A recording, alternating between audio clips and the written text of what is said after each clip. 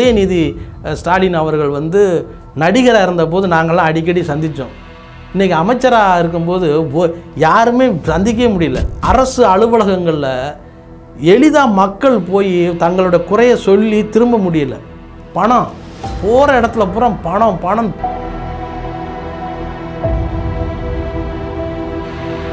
சின்ன சின்ன நூலகம் வந்து விஜய்யுடைய பேரில் வந்து ஆரம்பிக்கப்பட்டது. இன்னொரு எல்லாம் என்ன பண்ணுறாரு, அங்கேருந்து ஃப்ளைட்டு பிடிச்சி வந்துக்கிட்டு இருக்காரு. நீங்கள் எப்போல்லாம் மக்களை புறக்கணிக்கிறீங்களோ அங்கே ஒருத்தன் தோன்றுவான். அப்படி தோன்றவன் தான் விஜய்.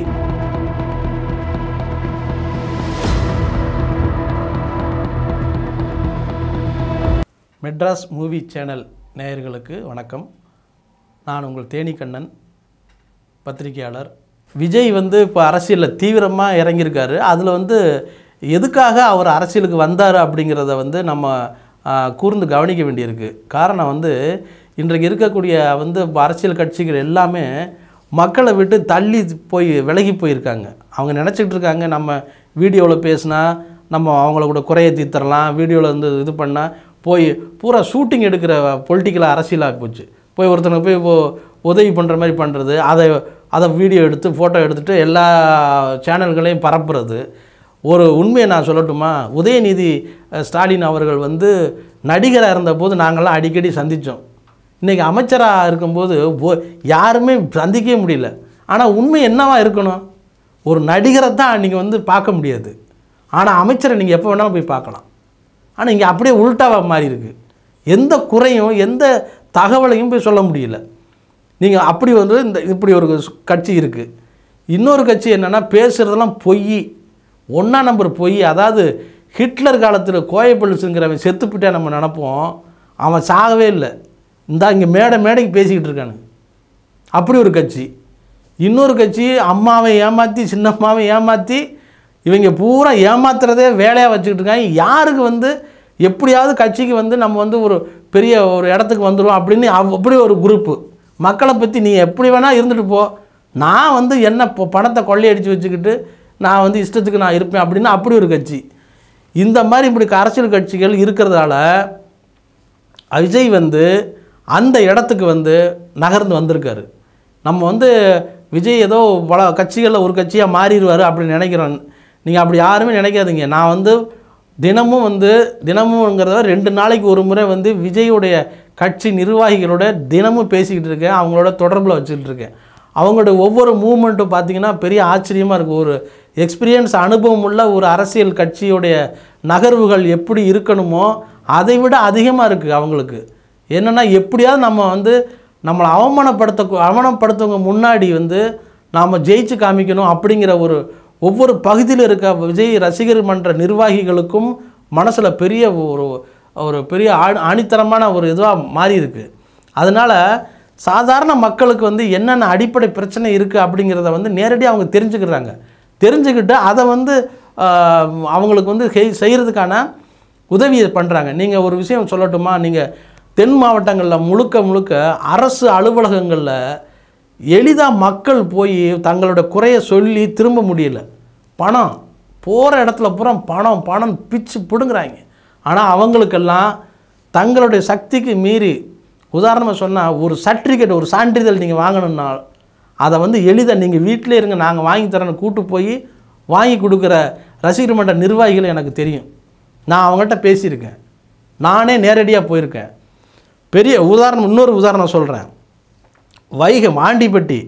ஆண்டிப்பட்டியிலேருந்து பெரியகுளம் போகிறதுக்கு இடையில் உள்ள சின்ன கிராமங்கள், உதாரணமாக சொன்னால் மேல்மங்கலம், அணைப்பட்டி, வைகை அணைக்கு அருகில் உள்ள சின்ன கிராமங்கள் எல்லாமே அங்கே வந்து பஸ்ஸு போகிறதே வந்து 3/4 மணி நேரத்துக்கு ஒரு தடவை பஸ் போகும். அங்கே வந்து சின்ன நூலகம் வந்து விஜய்யுடைய பேரில் வந்து ஆரம்பிக்கப்பட்டிருக்கு.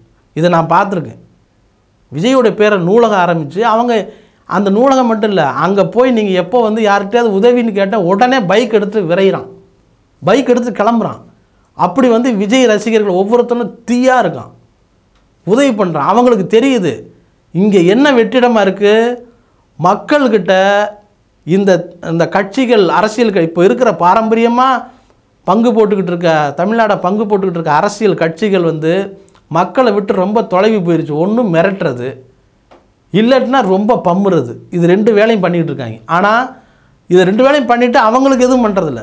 ஆனால் விஜயோடைய ரசிகர் மன்ற வெற்றி கழகம், விஜய் தமிழக வெற்றி கழகம் இருக்குல்ல, அவங்க அந்த மன்றத்து நிர்வாகிகள் என்ன பண்ணுறாங்க, அவங்க நேரடியாக களத்தில் இறங்கி மக்கள்கிட்ட போய் உதவி பண்ணுறாங்க.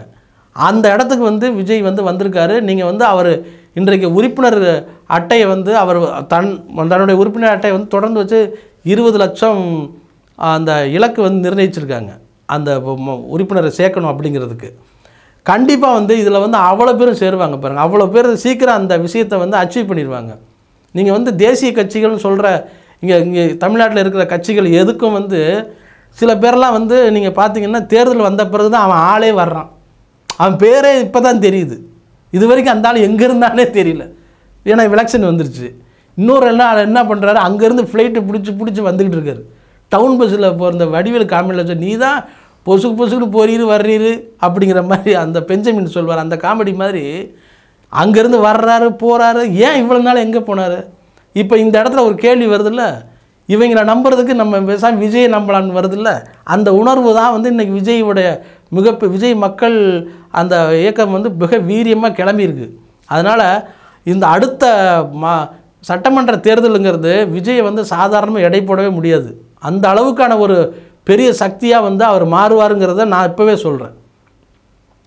இந்த தேர்தலில் வந்து அவர் போட்டியிடாமல் இருந்தது அந்த கவுண்டர்களில் வந்து வாக்கு பதிவு பண்ணுற மையங்களில் வந்து ஆட்களை வந்து நியமித்து இருக்கிறது வந்து ரொம்ப புத்திசாலித்தனமான ஒரு ஐடியா. நாம் நினைப்போம் இது வந்து இந்த இடத்துல போட்டியிருக்கலாமே, அப்படிலாம் அப்போ கமலஹாசனே போட்டியிடலைங்கிற போது விஜய் எப்படி போட்டியிடுவார்? கமல்ஹாசனும் எப்போவோ கட்சி ஆரம்பித்தவர், அவரே வந்து போட்டியிடாமல் ஒதுங்கி இருக்கார். அப்படிங்கிற போது இவர் எப்படி போட்டியிடுவார்? அதனால் அவதானித்தல் வந்து போரில் வந்து அவதானித்தல் வந்து எப்போவுமே முக்கியம்.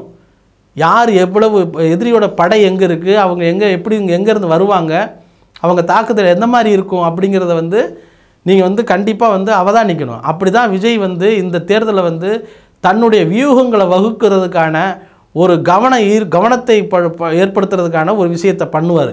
அடுத்த தேர்தலில் அவர் ஒரு பெரிய சூறாவளியாக களம் இறங்குவாருன்னு நான் வந்து சொல்கிறேன். நான் சொல்கிறேன்னா நீ யார் சொல்கிறதுன்னு கேட்கலாம். நான் வந்து விஜயோடைய மன்றத்து நிர்வாகிகள்கிட்டையும் விஜய் அடிப்படை ரசிகர்கள்ட்டையும் நான் வந்து தினமும் பேசிக்கிட்டு இருக்கேன். எதுக்காக பேசுகிறேன்னா, நான் மாலை மலர் இருக்கும்போது அவங்களோட தினமும் பேசி பழக்கப்பட்டதுனால அவங்கள்ட்ட ஃபோன் வருது, அவங்கள்ட்ட மெசேஜ் வருது, இந்தந்த வேலைகள்லாம் பண்ணிகிட்டு இருக்கோம்னா இந்த மாதிரிலாம் நாங்கள் செய்கிறோம், மக்கள் வந்து இப்படிலாம் பண்ணுறோம், இப்படி வந்து நாங்கள் இந்த பிளான் பண்ணியிருக்கோம், இந்தந்த பிளான்லாம் வச்சுருக்கோம். இதை விட பாரம்பரியமாக இருக்க அரசியல் கட்சிகள் அவங்க பகுதியில் இருக்கிற மக்களுக்கு தேவை என்ன இருக்குது அப்படிங்கிறத அவங்களுக்கே தெரியாது. ஆனால் விஜய் மன்றத்துக்காரனுக்கு தெரிஞ்சிருக்கு. நான் உரிமையில் பேசுகிறது அன்புன்னு காரணமாக பேசுகிறேன். அவங்களுக்கு தெரிஞ்சிருக்கு, அவங்க வந்து கண்டுபிடிக்கிறாங்க. இவ்வளோ நாளாக வந்து இப்போ இன்னும் சொல்லப்போனால் நான் வந்து திமுகவுக்கு தான் போன எம்பி எலெக்ஷனில் ஓட்டு போட்டேன். தமிழச்சி தங்கப்பாண்டியனுக்கு தான் ஓட்டு போட்டேன். அந்த எங்கள் எம்பி வந்து எங்கள் தொகுதிக்கு வந்து பல மாதம் ஆச்சு, பல வருஷம் ஆச்சு. இப்போ திடீர்னு வந்து அவங்க வந்து எங்கள் எம்எல்ஏ கூட நின்று அவங்க வந்து ஃபோட்டோவில் போஸ்ட் கொடுக்குறாங்க. ரொம்ப ஆச்சரியமாக இருக்குது. எங்கே போனாங்கன்னு தெரியல. நான் வந்து பல தடவை சந்தித்து பேட்டி எடுத்திருக்கேன் குமுதத்துக்காக. அவங்க எம்பியாக இல்லாதப்பவே இவங்க தான் எம்பி அப்படின்னு சொல்லி நான் பேட்டி எடுத்து நான் எழுதியிருந்தேன். நான் எழுதினதை பார்த்துட்டு நடிகர் சத்யராஜ் அவர்கள் ஒரு ஏவிஎம்மில் நடந்த ஒரு பத்திரிகையாளர் சந்திப்பில் தேனிக்கண்ணன் வந்து தமிழச்சி தங்கப்பாண்டியன் அவர்களை வந்து இப்போதே அவர் வணங்குவது எம்பி மாதிரி இருக்கிறது, எம்பி ஸ்டைலில் வணங்குறாரு, வேட்பாளர் மாதிரி இருக்குது அப்படின்னு சொல்லி எழுதியிருக்காருன்னு சொல்லி மேடையில் தமிழச்சி அவர்கள் இருக்கும் பொழுதே மேடையில் பத்திரிகையாளர் முன்னாடி பேசினார். அந்தளவுக்கு அவங்க வரணும்னு நம்ம நினச்சோம். இப்போ அவங்க எங்கடான்னு நினைக்கிற அளவுக்குலாம் இந்த பக்கமே வரல. அவங்க எம்பி ஆகி அவங்க வந்து தனி மனிதரை வந்து தாக்குதலாக நான் சொல்லலை. ஒரு பெண்ணாக இருந்தாலும் ஆணாக இருந்தாலும் செய்யக்கூடாது. ஆனால் தங்களுடைய உடைகளில் வந்து தேர்ந்தெடுத்து அணிகிற அந்த இதை தேர்வு பண்ணுற அந்த கவனத்தை கூட மக்களுக்கு என்ன தேவைன்னு கேட்குற மாதிரியான ஒரு கவனத்தை அவங்க எடுத்துக்கவே இல்லைங்கிறத நான் அப்பட்டமாக குற்றச்சாட்டாகவே வைக்கிறேன். இப்படி இருந்தால் விஜய் மக்கள் இயக்கம் அங்கே வருவானா இல்லையா? வருவான், வந்துட்டான். நீங்கள் அடுத்த தேர்தலில் வந்து நீங்கள் சுலபமாக வந்து விஜய் தமிழக வெற்றி கழகத்தை நீங்கள் எடை போட முடியாது. நீங்கள் எப்போல்லாம் மக்களை புறக்கணிக்கிறீங்களோ அங்கே ஒருத்தன் தோன்றுவான்.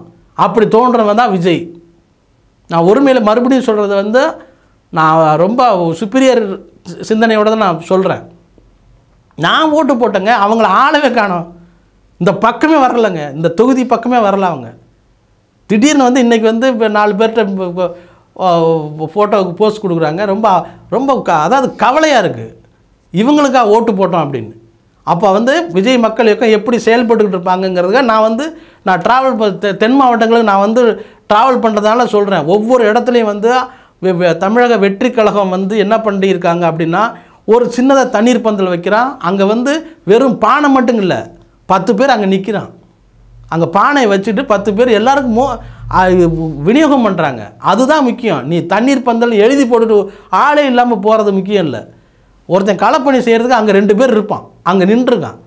நான் திண்டுக்கல்லேருந்து தேனி வரைக்குமான ட்ராவலில் நான் பார்த்த விஷயங்கள் வந்து மெயின் ரோட்டுகளையும் சரி, உள் கிராமங்கள் உள்ள இடங்களுக்கும் சரி, அங்கே வந்து விஜய் மக்கள் இயக்கம் வந்து அவ்வளவு தமிழக வெற்றி கழகம் வந்து அப்படி நிற்கிறான். நான் வந்து அதுக்கு வந்து கொள்கை பரப்பு செயலாளரெல்லாம் கிடையாது. அடிப்படையை வந்து ப்ராக்டிக்கலான விஷயத்தை சொல்கிறேன். முதலமைச்சர்கிட்ட போய் தப்பான தகவலை சொல்கிறது, நம்ம தான் ஜெயிக்க போகிறோம், நம்ம தான் ஆள போகிறோம், அப்படிலாம் பொய். அதெல்லாம் நீங்கள் தயவு செஞ்சு நம்பாதீங்க. மக்களுடைய எண்ணம் என்ன என்னங்கிறத உண்மையை எவன் சொல்கிறானோ அவனை பக்கத்தில் வச்சுக்கோங்க. சாதாரண ஒரு விஷயத்தை கூட ஒரு எங்கள் தெருவுக்கு வந்து இன்னொரு சாலை போடலை அப்படின்னா அதை வந்து உடனே என்னன்னு கேளுங்க. நான் வந்து ஒரு இன்னும் சொல்லப்போனால் நம்ம எங்கள் எம்எல்ஏ கிட்ட வந்து ஒரு ஃபேஸ்புக்கில் வந்து சார் இந்த மாதிரி ஒரு ரோடு போடுற சாலை போடுகிற ஒரு பெரிய இரும்பு வாகனம் வந்து நிற்கிது, மக்களுக்கு இடைஞ்சலாக இருக்குது அப்படின்னு சொன்னால், ஒரு வாரம் கழிச்சு அந்த வண்டி இல்லை, கிட்டத்தட்ட ஒரு 3 மாதம் நின்றுச்சு. இல்லை, இந்த மாதிரி உடனே செய்துக்கிட்டு இருந்தால், மக்கள் பணிகளை செய்துக்கிட்டு இருந்தால் விஜய்க்கு வந்து இங்கே வேலையே கிடையாது. அவர் வந்து இது மாதிரிலாம் இல்லை, நம்மளை வந்து தேவைக்கேற்ப கூப்பிடுறாங்க அப்படிங்கிறதால தான் வந்திருக்காரு. நீங்கள் ரஜினி எடுக்காத முடிவை விஜய் எடுத்ததுக்கு உண்மையிலே விஜயை வந்து பெரிய வாழ்த்து தெரிவிக்கணும் அவருக்கு. ரஜினிகாந்த் இவ்வளவு தயக்கம், கலைஞர் இருக்கும்போதே அவர் வந்திருந்தாருன்னா பெரிய மாற்றம் ஏற்பட்டிருக்கும். ஆனால் கலைஞர் திட்டுவாரோ, கலைஞர் மரியாதையாக இருக்காதோ. நீங்கள் போரில் வந்து உறவு முறை இதெல்லாம் கிடையாது, அவருக்கு தெரியாத குருட்சேத்திரம் கிடையாது. இருந்தாலும் அவர் அன்றைக்கே வந்திருந்தால் இன்றைக்கி வேறு ஒரு மாதிரியான அரசியல் சூழலை வந்து இந்த தமிழகம் வந்து சந்திச்சிருக்கும். அவரை வந்து வேறு ஒருத்தர் பயன்படுத்தி விடக்கூடாது என்கிறதுல கவனமாக இருந்ததால் நல்ல வேலையாக அவர் வரல. இல்லைன்னா அவரை வந்து வேறு ஒருத்தவங்க பயன்படுத்தியிருப்பாங்க, கண்டிப்பாக பயன்படுத்தியிருப்பாங்க. சாமி கடவுள் அதுன்னு சொல்லி என்னென்னமோ பண்ணியிருப்பாங்க. ரஜினிக்கு வந்து இன்றைக்கி வந்து என்னென்னா, அவர் முன்னாடி வந்து உள்ள ஒரு சின்ன விஷயம் வந்து விஜய்க்கு வந்து ஆதரவான ஒரு நிலைப்பாட்டை அவர் எடுக்கணும். காரணம், புதுசாக வர்றவங்களுக்கு நீங்கள் வந்து ஒரு ஊக்கத்தை கொடுக்கணும் அப்படிங்கிறது தான் நம்ம இந்த வீடியோ மூலம் நம்ம சொல்கிறது. நீங்கள் வந்து செய்ய முடியாததை திரைத்துறையிலேருந்து வந்து இன்னொரு தம்பி வந்து செய்கிறாரு அப்படின்னா அதை வந்து நீங்கள் உற்சாகப்படுத்தணும். எவ்வளவோ எல்லாத்தையும் பார்த்துட்டீங்க, நீங்கள் வெளிப்படையாக ஆதரவு கொடுக்குறீங்கன்னா அதெல்லாம் 2வது விஷயம். நீங்கள் வந்து விஜய்க்கு வந்து ஒரு சப்போர்ட்டடாக 2 வார்த்தை நீங்கள் எங்கேயாவது சொன்னீங்கன்னா விஜய் வந்து என்ன செய்வார் அப்படிங்கிறத வந்து அவருடைய செயலில் நம்ம பார்க்கலாம். வணக்கம்.